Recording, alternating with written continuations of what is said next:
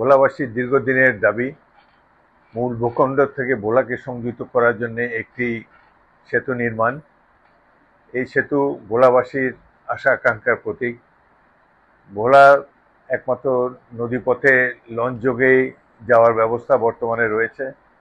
বিশেষ করে বর্ষাকালে বহু মানুষ অতীতে জীবন হারিয়েছে লঞ্চ দুর্ঘটনার কারণে। আমরা এই লঞ্চের হাত থেকে, জিম্মি হওয়ার হাত থেকে মুক্ত হতে চাই। যদি একটি ব্রিজের মাধ্যমে ভোলাকে মূল ভূখণ্ডের সাথে সংযুক্ত করা হয়, তাহলে ভোলাবাসীর দীর্ঘদিনের দাবি পূরণ হবে।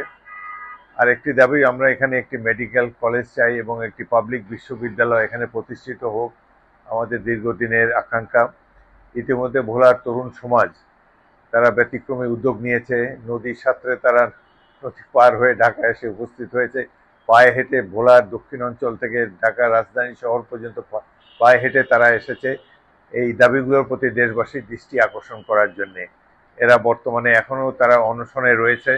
যে কোনো মুহূর্তে তাদের শারীরিক ক্ষতি হয়ে যেতে পারে। তো আমরা আশা করব সরকার তাদের এই ন্যায্য দাবির প্রতি সব যথাযথ সহানুভূতি প্রকাশ করবে এবং এই দাবিগুলো মেনে নেবে। বর্তমান সরকারের সময় প্রায় শেষ, এখনও 3 মাস আছে। তারা ইচ্ছা করলে এখনও এই দাবিগুলো পূরণ করতে পারে। এই দাবিগুলো পূরণ হলে ইতিমধ্যে ভোলায় বাংলাদেশের সবচেয়ে বড় গ্যাস রিজার্ভ এখন আবিষ্কৃত হয়েছে।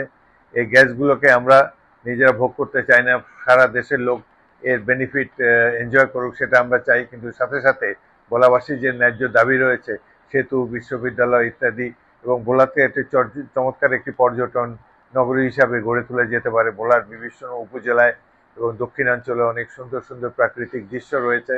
তো আমরা আশা করব ভোলাকে প্রতি যদি সরকারের সক্রিয় দৃষ্টি আবর্তিত হয়, তাহলে সুন্দর দেশের অর্থনীতিতেও এরা অনেক গুরুত্বপূর্ণ ভূমিকা রাখতে পারবে এবং দেশবাসী অত্যন্ত উপকৃত হবে। যারা অনশন করতেছে তাদের প্রতি শুভেচ্ছা রইল। সবাইকে ধন্যবাদ। Thank you.